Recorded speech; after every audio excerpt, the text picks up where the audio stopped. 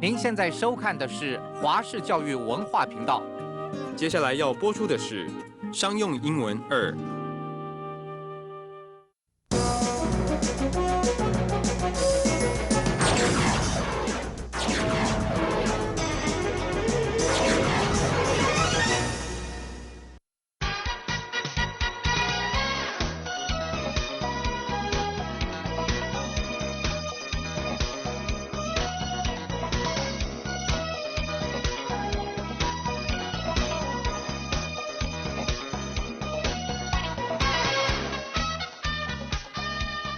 大家好，欢迎收看商用英文2，我是赖玄瑶。首先呢，我们先欢迎呢，我们今天跟我们一起录影的老师，外籍老师 Chris。Hello, Chris. Welcome to join us today. Can you introduce yourself to our students, please? Sure. Well, thank you for inviting me here today, Tony. It's very nice to be here.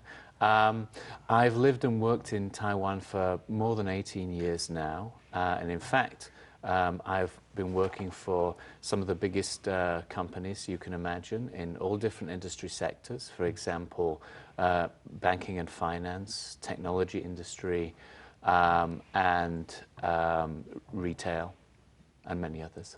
Okay, thank you, Chris. Chris 老师呢，已经在台湾做了18年以上，然后呢，他有在不同的公司呢，在不同的领域有教英文过，然后呢，他有在这个 banking 或者是呢，在一些金融业里面，还有呢，在一些零售业里面呢，有教过英文，商用英文的部分。那所以他商用英文的这个知识呢，跟那个教学的经验是非常的丰富的。那我们今天非常呢高兴呢，他可以跟我们一起来看商用英文的这个部分。好，那首先呢，我们来看一下，在这个商用英文2这个教材里面呢，总共有4个比较大的主题。那这个4个比较大的主题呢，我们现在可以看到在荧幕上面。那这个主题1的部分呢是商业书信，商业书信。那所以这个商业书信呢，也是有点延续我们上个学期就是商用英文1的部分。我们呢会有一些这个商用书信的这个写法。那这个书信的部分包含了抱怨信函，然后回复抱怨信函，然后还有邀请函的撰写及回复。那在第2个主题呢是电话英文。那这个电话英语的部分呢，我们将带领同学呢学习一些呢电话英语应该注意的事项，还有呢表达的方式。那这个部分呢会有2个讲次。那在主题3的部分呢是 interview skills。那在这个 interview skills 的部分呢，面试技巧。那这个部分呢，周老师呢总共会有5个讲次哈。那这个5个讲次呢，第6个讲次呢，是告诉同学呢，在面试之前必须要注意的一些事情。然后呢，在第7到第10个讲次呢，邱老师将会介绍一些常见的面试的问题以及答案，然后呢，让同学在求职面试之前呢，能够充分的模拟演练，然后在面试中脱颖而出。那在最后一个主题呢，主题4呢是商业文章导读。那这个商业文章导读呢，其实是商用英文里面很重要的一个环节哦。那我们希望经由阅读这些文章呢，同学可以学习到一些智慧、片语还有用法，然后呢，也可以增加一些商业的知识跟常识。所以呢，这个是商用英文2呢4个比较大的主题。好，那我们就进入我们第1个单元里面的这个内容。那第1个单元呢是指这个商业书信的部分。那这个第1个单元的商业书信呢，是讲抱怨信函的部分。那这个商业书信呢，其实可以视为一种亲自拜访商务伙伴的替代方式哦。尤其当对方呢远在千里之外呢，虽然双方可以使用电话进行沟通，但是一封正式的商业书信的内容呢，则可以清楚地记载了双方在什么人物、什么事件、什么时间曾经进行过的商务活动。而且呢，这个商业书信呢，其实就好比一个公司的门面，代表了企业的文化，也就是公司的形象。那即便呢，这个收信人呢看不见这个寄信人的长相呢，也可以借由这个书信往来呢，建立非常良好的商务关系。那在撰写这个书信的时候，有什么需要注意的地方呢？跟礼节呢？还有如何呢书写一封文意清楚的商业书信呢？这是我们主题所要探讨的。那尤其是在这个主题1，在这个第2就是商用英文2这边的主题1呢，主要有抱怨信函的写法 complaints，还有呢回复抱怨信的写法 reply to complaint letters， 然后还有邀请函的撰写及回复invitations。好，那在进入我们今天的这个课程之前呢，我们先来复习一下我们在商用英文1里面呢，我们曾经有提到了这个格式的部分。如果同学还有印象的话，在商用英文1里面，我们在第一个单元有特别强调这个商业书信的格式。好，我们现在看一下这个格式的部分，来帮同学做一个复习。那这个我们可以看到，在这个荧幕上面呢，通常在这个格式书信的格式呢，最上面呢要写。通常这个公司都已经有固定写好他们的这个寄件公司的名称，还有地址啊、电话啊、传真，还有电子邮件等等。那接下来往下呢，这个是日期的部分。那在日期的部分往下呢，有一个这个收信人的名称及地址inside address。然后接下来往下呢，我们有看到这个 salutation 称呼呢，或者是敬称的部分。那这个在第一册的时候呢，我们都已经跟同学有仔细的介绍过了。那接下来呢，往下看就是在这个正文的部分。那正文部分可能看需要，可能会有3段或者是4段。好，接下来往下，我们往下看有这个信尾的问候语 complimentary close。这个信尾的问候语呢，通常都要跟 salutation， 就是这个称呼还有敬称做一个呼应。好，接下来呢，往下呢，我们可以看到有一个寄件人签名signature 这个部分，就是亲签的这个部分。那最后一个部分呢，假设说这一封的这个书信呢，有一些这个附记上去的东西的话，我们在这个 enclosure 这边就要在这个附记记号这边就要把它写上去。所以呢，这个是我们可以看到在这个荧幕上面，其实也是可以帮同学复习一下我们在第一册里面有讲到的这个格式的部分。好，接下来呢，我们就要进入今天的这个主题是抱怨信函的部分。那这个抱怨信函的部分呢，其实都是买方就是 buyer， 为了从卖方呢 seller 或者是呢 supplier 获得更好的服务呢，对所提出的对已经出现的问题呢，要求尽快及妥善的解决方法。那这个可能包含了一些，比如说货物数量的短缺啦，如果是或者是货物的毁损啦，或者是说货物未按时抵达啦，或者是呢货物的品质与样品呢或订单与所载的不符等等，都是常见的这个买方向卖方抱怨的理由。那这个撰写抱怨信函的时候呢，应该以正式的商业书信格式书写，除非呢抱怨事项呢极为渺小，否则尽量呢少用电子邮件和传真信函。原因在于呢，这个电子邮件呢和传真信函很容易呢为非收件人所阅读，也就是说呢，遇到重大的事项的时候呢，我们向卖方提出抱怨时呢，请尽量使用正式的商业书信或者商业书信的格式来书写。好，那再我们看一下这个第一讲次的这个商业书信的部分呢。好，我们可以先请 Chris 呢跟我们分享一下，在这个撰写这个抱怨信函的时候呢，有可能需要注意什么的事项的部分。Okay, so Chris, when we write complaint letters, are there any steps or guidelines we should follow? Well, there are actually, yes. I think the important thing to remember is that a complaint letter is a very serious letter, and companies take complaints very seriously. So when you write a complaint letter, it's very important that you make it clear that it's a complaint. That way, the organization who you're writing to will take it seriously immediately and will put it into the first priority, which is important for you if you're the writer. You should also, when you're writing in the main body, you should list what the issues are, list what the details are.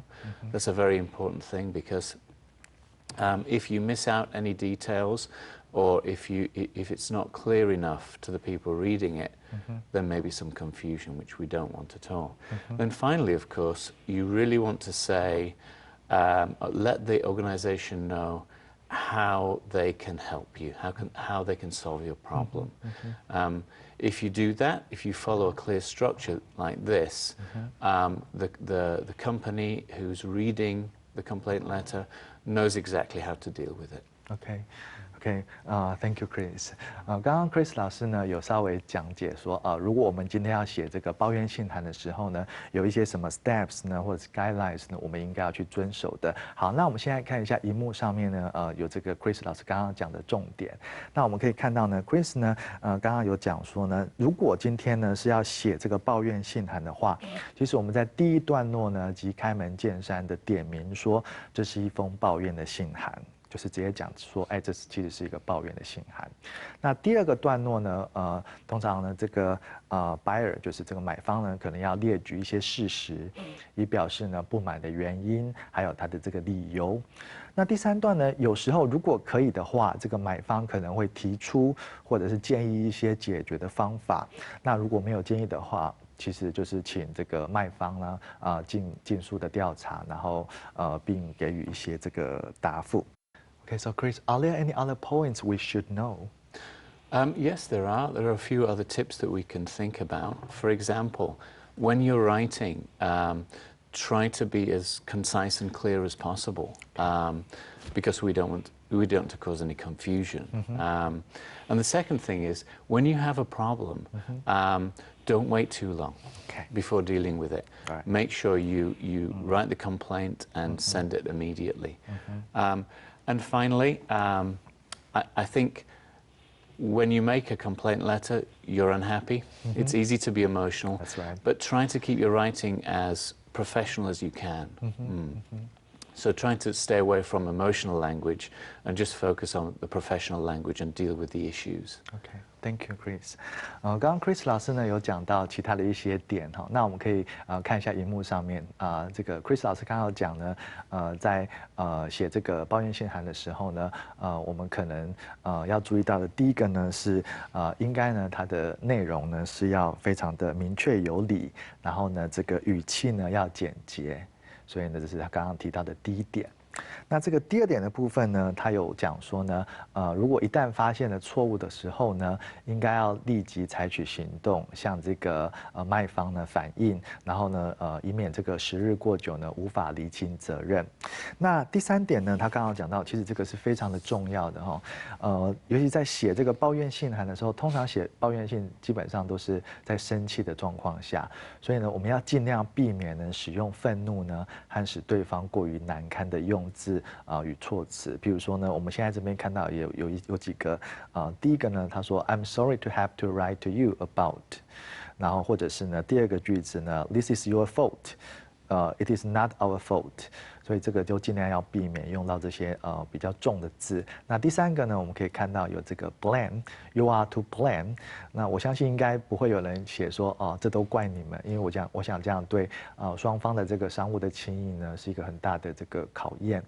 所以呢，这是刚刚 Chris 呢讲到呢3个这个需要另外注意的地方。好，接下来呢，我们就要来透过3封的这个抱怨信的范本来看呢，如何撰写这个抱怨信。那这个3封的抱怨信呢，第一封呢为货物送错 wrong delivery， 然后第二封呢为这个货物损毁 order damaged。然后第3封呢为货物未送达 non-delivery of goods。那等一下呢，我们就会请这个 Chris 呢帮我们念，然后我们会讲解一下这个每个段落呢，还有一些单字。好，那首先呢，我们先看到这个第一封的这个内容。好，这个第一封的内容呢，它要讲的是这个 wrong delivery， 就是它货物送错的这个抱怨。好，那我们现在请这个 Chris 呢来帮我们念一下这个第一段。Dear Mr. Wang，I'm writing with reference to the shipment of laptop bags we received yesterday. 好，我们看一下这边的单字，这个第一个单字呢是这个 shipment。shipment 指的是呢这个装载的货物。好，我们来讲解一下这边的内容。好，我们看一下呢，他这边有讲到说呢 ，I'm writing with reference to， 这个 with reference to 就是关于什么什么的事情。所以呢，他说呢，我要写关于这个the shipment of laptop bags， 这个 laptop bags 就是呢我们知道的笔记型的这个电脑包。所以呢，我说这个买方呢，他就写说呢，我们现在要写的这封信呢，是关于我们昨天收到的这个笔记型电脑包的这个货品 shipment。好，接下来呢，我们往下看第二段的这个内容。好，我们现在请 Chris 帮我们念一下第二段的内容。When we checked the cartons, we found that we received 300 black and 500 grey laptop bags. We actually ordered 500 bags in black, which is more popular, and 300 bags in grey. 好，我们可以看到这边呢，它第二段呢，他就写到说呢，当我们检查这个 the cartons， 这个 carton 呢，就是指呢这个货物的纸箱，我们发现呢，我们收到了300个黑色，然后还有500个灰色的笔记型的电脑包。但是呢，这个买方呢，其实呢，他们是订购了500个黑色的这个笔记型的电脑包，然后他还有括号写说 which is more popular， 就是说这个黑色的电脑包其实是比较热门的。然后呢，他们订的是500个黑色的，然后300个灰色的电脑包。好，接下来呢，我们看一下这个第3段的这个内容。We still need the full quantity of 500 black bags ordered. Please arrange to deliver the remaining 200 black bags as soon as possible. 好，我们来看一下这边有几个单字。那这个第一个单字呢是这个 quantity 数量，那第二个单字呢是 arrange 安排。那我们看一下第3个单字呢是形容词 remaining 其余的。好，我们来看一下这段的内容。好，所以他这边有讲到说呢，我们仍旧需要这个 full quantity， 就是呢完整的全部的数量，就是这个500个黑色的笔记型电脑包。他说呢，所以请你们能够 arrange to deliver the remaining 200 black bags as soon as possible。所以请你们安排呢去寄送这个其余的剩余的这个200个黑色的电脑包。这个 as soon as possible 呢，我们常常都会讲 ASAP， 就是呢请尽快的处理。好，接下来呢，我们看一下第4段的这个内容，也是一样呢，我们请 Chris 来帮我们念一下第4段的内容。I would be grateful if you could check the errors with your packing department. As for the extra 200 bags in grey, they will be stored in our warehouse until we receive your instructions. 好，我们来看一下这边的有几个单字这边的第一个单字呢是 error 错误，第二个单字呢是 warehouse 仓库，第3个单字呢是 instruction 指示命令。好，我们来看一下这段的内容。他说呢，I would be grateful if you could check the errors with your packing department。这个 packing department 就是指包装部门的意思。他说呢，我将会非常感激，如果呢您能够查核一下你们的这个包装部门的这个 errors， 就是错误。那至于这个多出来的这个200个这个灰色的这个笔记型的电脑包呢，它们将会被they will be stored。将会被储存在我们的 warehouse， 就是我们刚刚讲的仓库。然后呢，直到呢我们收到你们的这个 instructions， 这边指的是指示还有命令。好，所以呢这个是这一个第一封这个书信的这个内容。那这个第一封书信的内容呢，我们可以看到它这个编排呢，基本上就是根据刚刚 Chris 老师呢跟我们讲的比如说第1段呢，然后第2段，然后第3段大概要写些什么样的内容。好，接下来呢我们往下看第2封的这个 complaint 的这个内容。那这个第2封的这个内容其实是 order damaged， 就是呢货物的损毁。好，也是一样呢，我们来一段一段的来讲解这个内容。那我们先请 Chris 呢来帮我们念一下这个第1段的部分。Dear Mr. Wong, I am writing to you to complain about the shipment of laptop bags we received yesterday. 好，我们看到这边呢，他有写说呢 ，I'm writing to you to complain about the shipment of laptop bags we received yesterday。所以他直接就点出来呢，他说，我写这封信呢是要抱怨呢我们昨天收到的这个笔记型电脑包的这个货物。好，接下来呢，我们看一下第2段的内容，也是让我们请 Chris 来帮我们念一下第2段的内容。The cartons in which the laptop bags were packed were not damaged at all.But stains and discolored spots were found on some of the laptop bags. These bags seem to be exposed to damp conditions. We believe that the problem might have occurred during storage. We would be grateful if you could check your warehouse for the cause.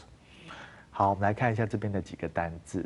来，这边的第一个单字呢是 stain, 污点或者是污渍，第二个单字呢是 spot, spot 是指呢斑点或者是污渍。接下来我们看第三个单字呢 expose, expose 这边指的是暴露在什么环境。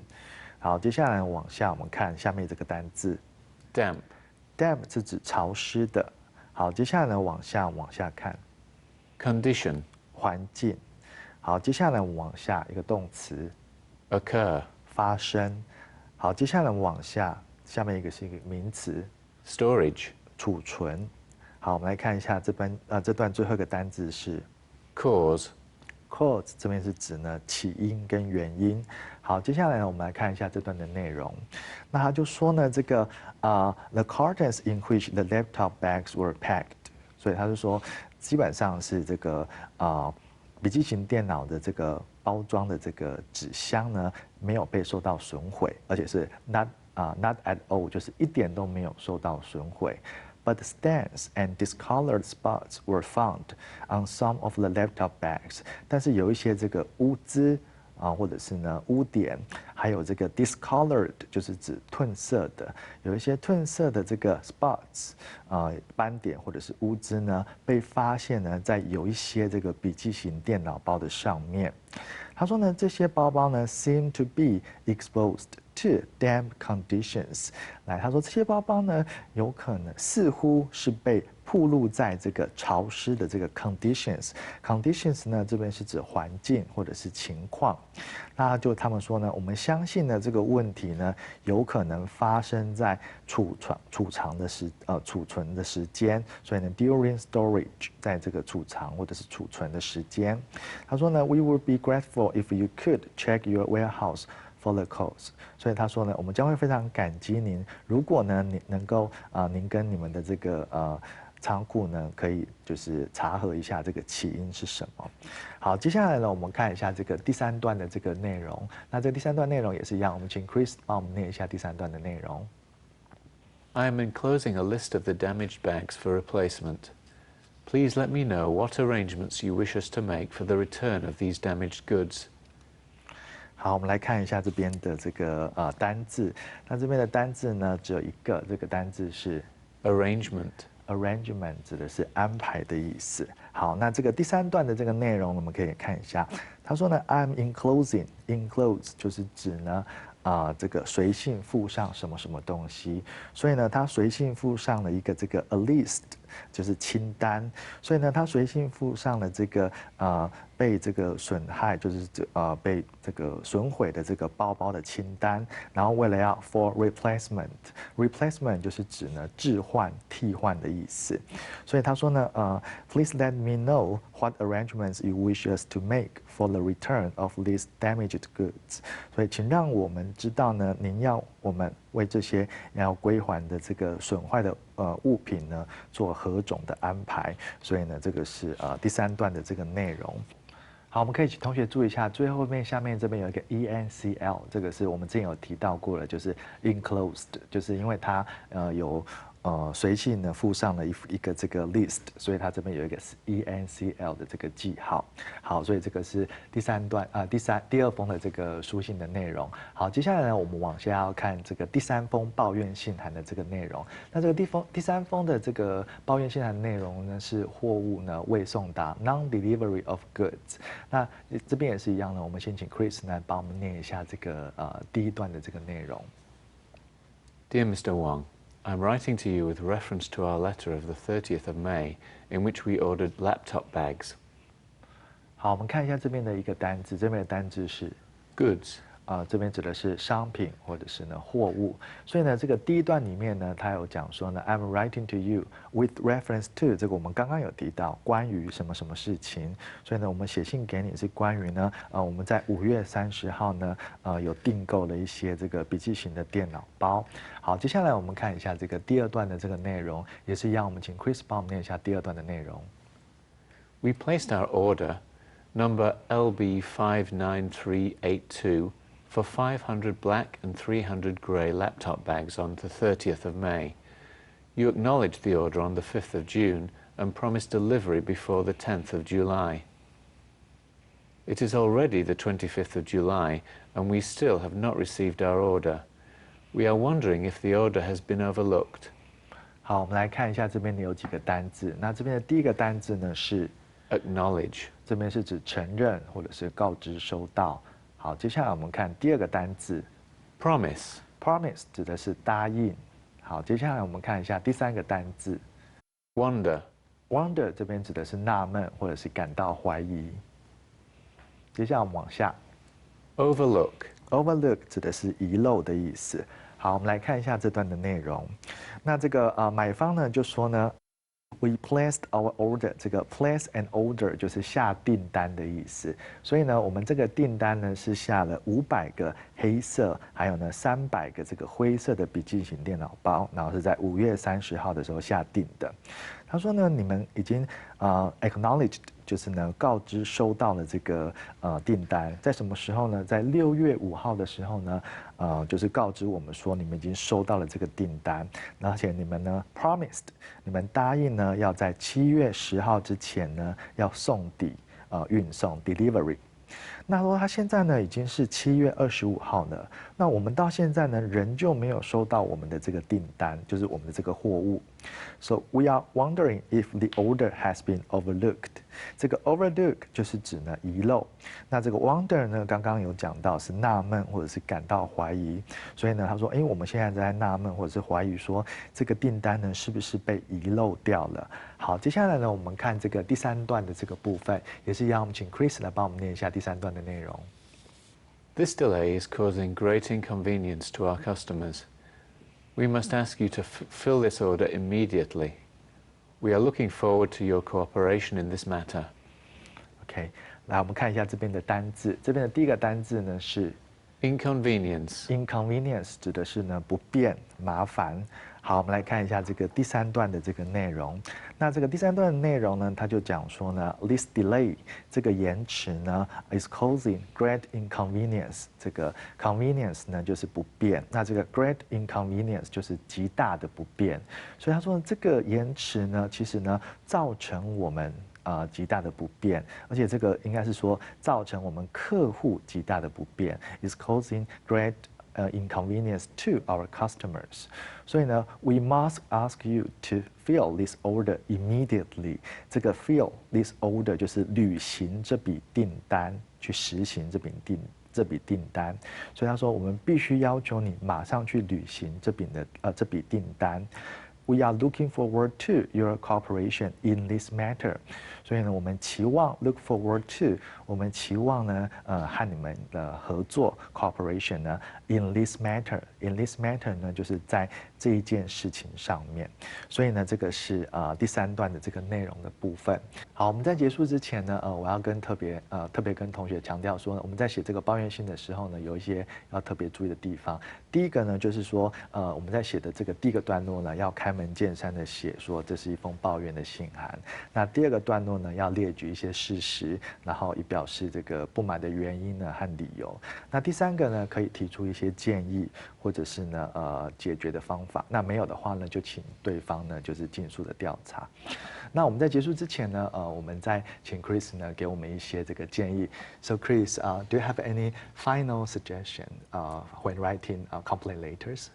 Well, yes, I think the final thing is that if you find there's a problem and you immediately want to write, just wait for a moment, get a deep breath, and then collect your thoughts and then write. Don't immediately jump in and write. Thank you very much. 刚刚 Chris 老师呢，他有讲到说，假如说我们今天发现任何的问题，需要写这个 complaint 信的时候呢，请不要马上就下笔，稍微先稍微就是深呼吸，然后想一下，然后思绪呢整理好了之后呢，再下去写这个抱怨信函的这个部分。所以这是他最后给我们的一点这个建议跟忠告。好，那我们今天非常谢谢 Chris 来参加我们的录影，然后跟我们看这个 complaint 的这个 letters。Thank you, Chris, for joining us today. Thank you very much.